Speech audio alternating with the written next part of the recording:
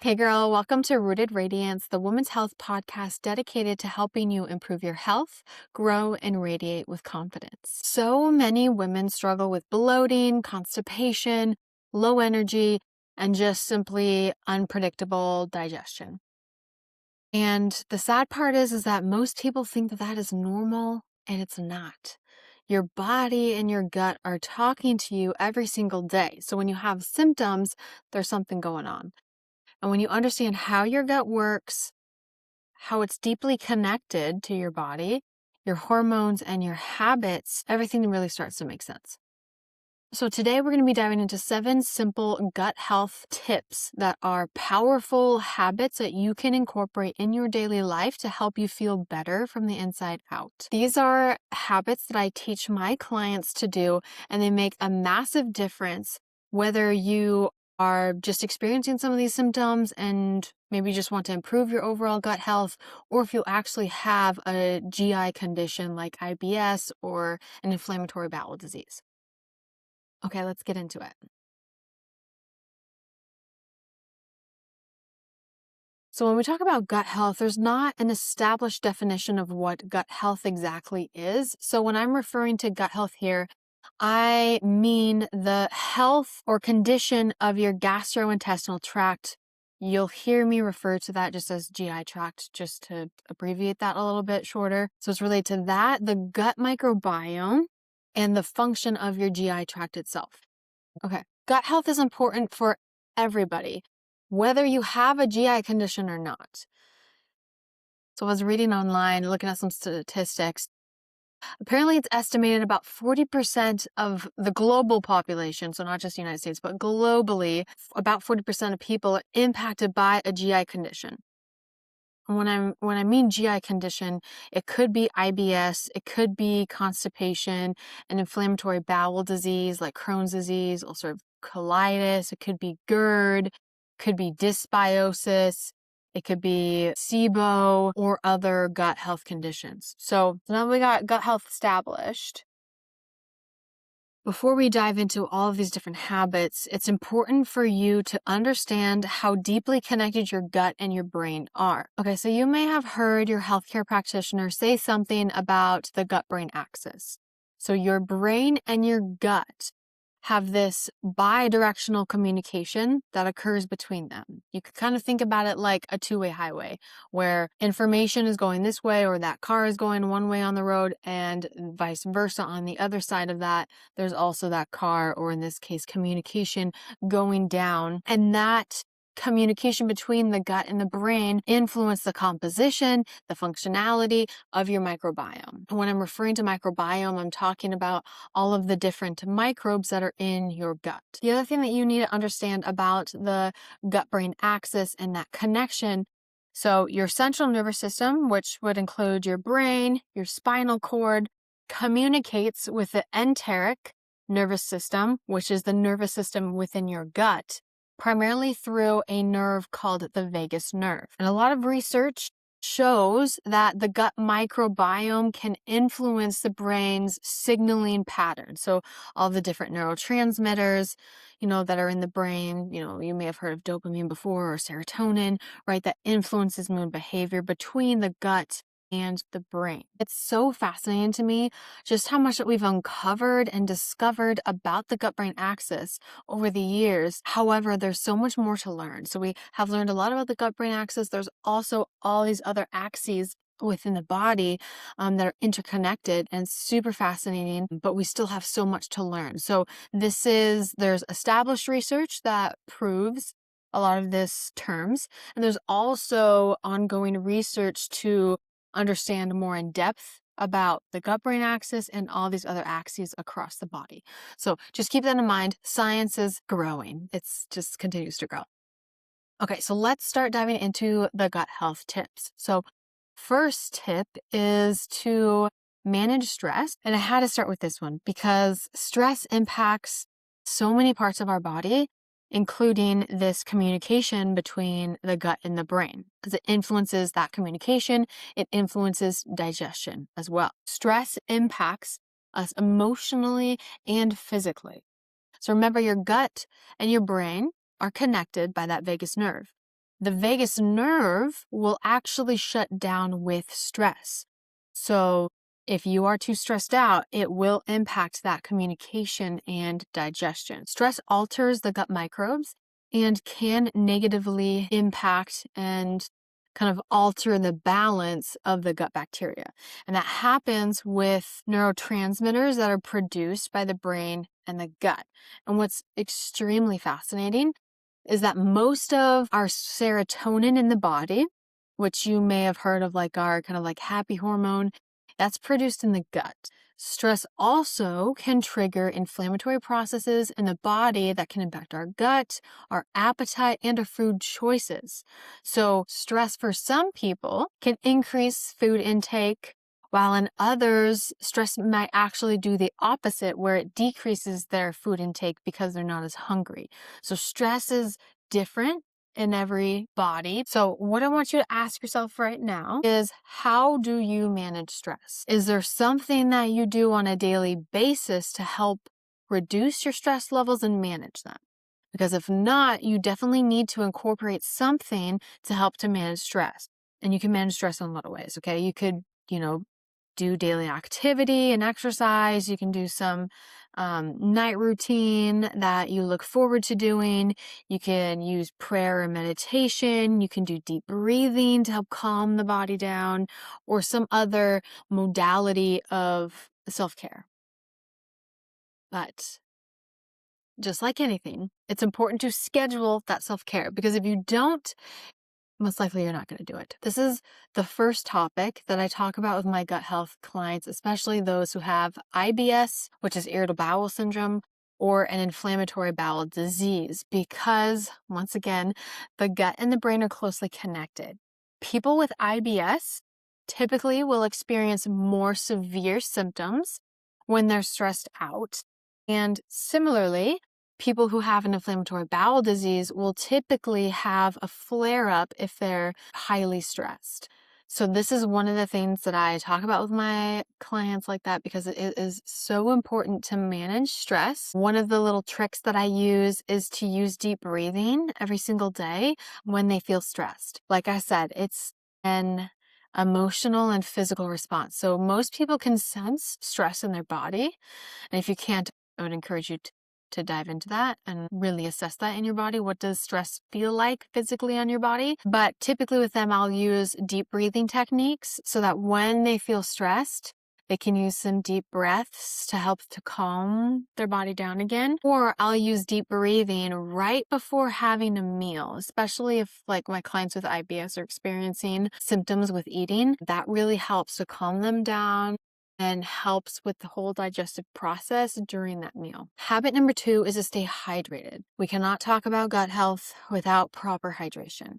And I'll make another episode on this because it's really complex, nuanced, but having adequate hydration is important for proper gut motility, which is essentially your digestive system moving everything smoothly through your system to result in proper digestion, absorption of nutrients, and then having regular healthy bowel movements instead of constipation. When you're dehydrated, you'll notice that you're going to be constipated, you might feel sluggish or tired, and with dehydration, a lot of people also have brain fog. One easy way to assess your hydration is to actually look at your urine. So when you go to the bathroom, take a look next time. You don't want to see a dark yellow color, some saturated color. That's not what we're looking for. That would be a sign of dehydration.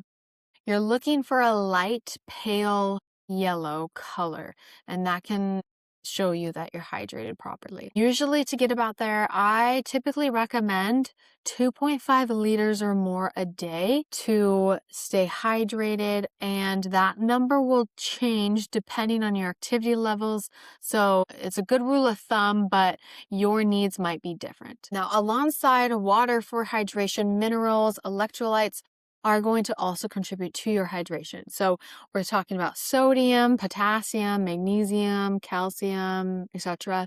Those are electrolytes that help to manage the fluid balance in your body and can help with contractions. Number 3 habit is sleep. Sleep and rest are important, and they're two different things. So sleep itself is pretty self-explanatory. That is you sleeping in bed at night. And it's important to emphasize the quality of sleep that you're getting every single night. Adults need 7 to 9 hours of quality sleep every single night. So try to hit within that range and really assess what your body needs and when you feel the most rested when you wake up in the morning. And when you get adequate sleep, it helps with healthy cortisol levels. So cortisol gets a bad rap, but there's a fine balance to it.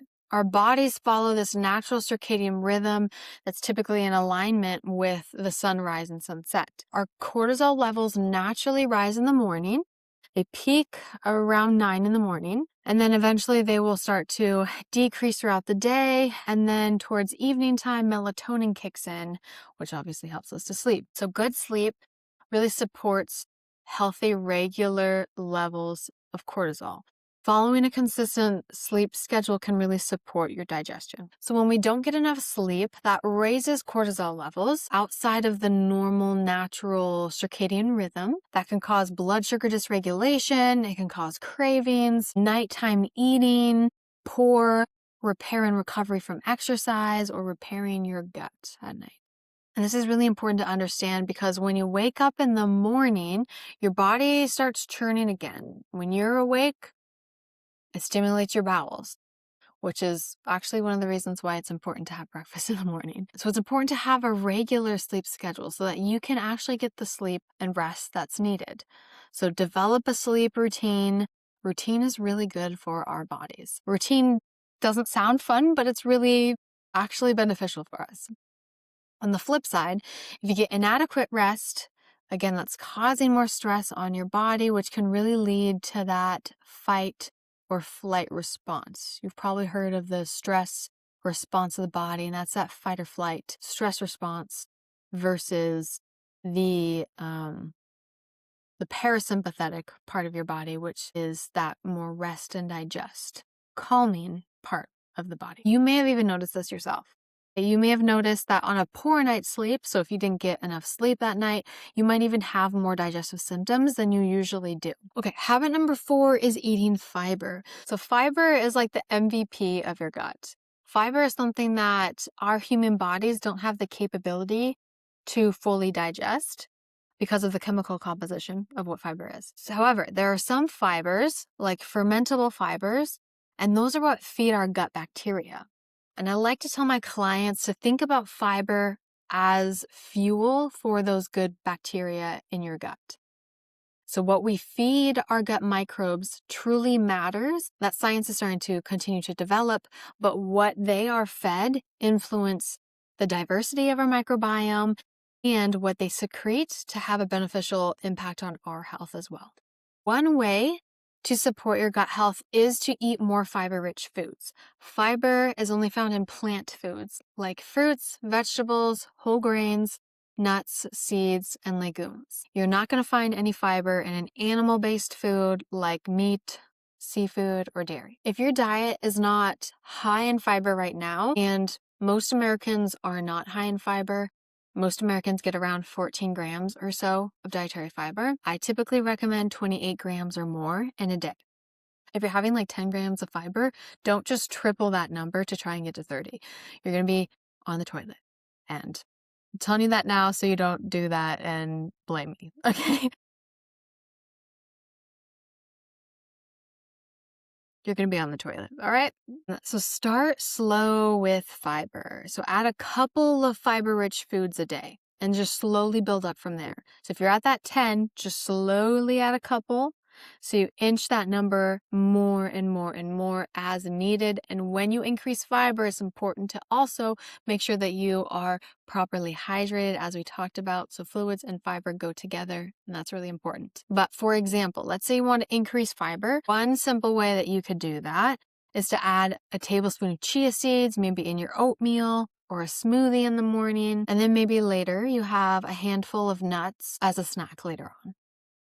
Remember to go slow and steady. Don't go too quickly. This is why the fiber maxing trend on social media right now is not exactly the best thing to do. You don't want to just maximize fiber in every single meal because once again, you're going to be on the toilet. It's going to be uncomfortable, especially if you have a GI condition like IBS. Okay. Tip number 5 is eating fermented foods. So you may have heard of fermented foods before. Fermented foods are foods that are made with live and active cultures that are shown to have a positive impact on our health. Okay, these live and active cultures you probably have heard referred to as probiotics. Foods that have probiotics in them or were made with live and active cultures could be kimchi, like a cultured cottage cheese, Greek yogurt, kefir, sauerkraut, miso, and others. So if you're not already eating fermented foods a day, try to start to add them into your diet. So if you're currently not eating any fermented foods, try to add a couple of these fermented foods in throughout the week. If you like them, great. You can continue to have them more and more, and if you want, on a daily basis. Fermented foods are definitely positive for your gut health, and fermented foods really help to increase the diversity in your microbiome, and they can actually decrease inflammatory processes in your body that lead to chronic diseases. So very important to include these in your diet. Okay, habit number 6 is eating foods that are high in polyphenols.